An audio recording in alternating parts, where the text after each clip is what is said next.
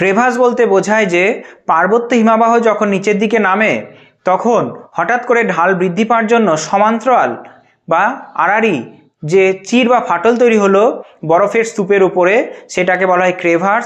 আর বাকশুণ্ড বলতে বোঝায় যে পার্বত্য হিমবাহ যখন নামছিল আর পর্বতের গা বরাবর জমে থাকা হিমবাহের মধ্যে যে সংকীর্ণ ও গভীর ফাটল তৈরি হলো তাকে বলা হবে বাকশুণ্ড। আর র্যানক্ল্যাফ বলতে বোঝায় যে পর্বতের গা বরাবর উষ্ণতা বাড়ার জন্য পার্বত্য হিমবাহের সঙ্গে যে ফাটল তৈরি হলো সেটাকে বলা হবে র্যানক্ল্যাফ। র্যানক্ল্যাফ তৈরি হবে উষ্ণতা বাড়ার জন্য, আর বাকশুণ্ড তৈরি হবে পার্বত্য হিমবাহ নিচের দিকে নামছে সেই কারণে। দুটোই কিন্তু র্যানক্ল্যাফ বা বাকশুণ্ড দুটোই কিন্তু পর্বতের গা বরাবর বা গাত্র বরাবর ফাটল। এই ক্রেভাস এবং বাকশুণ্ড পর্বতারোহী যারা আছে তারা সহজে নজরে আসে না, এই ফাটলগুলো সহজে নজরে আসে না। তাদের জন্য এই ক্রেভাস এবং বাকশুণ্ড ভীষণ নজর দিয়ে যেতে হয়।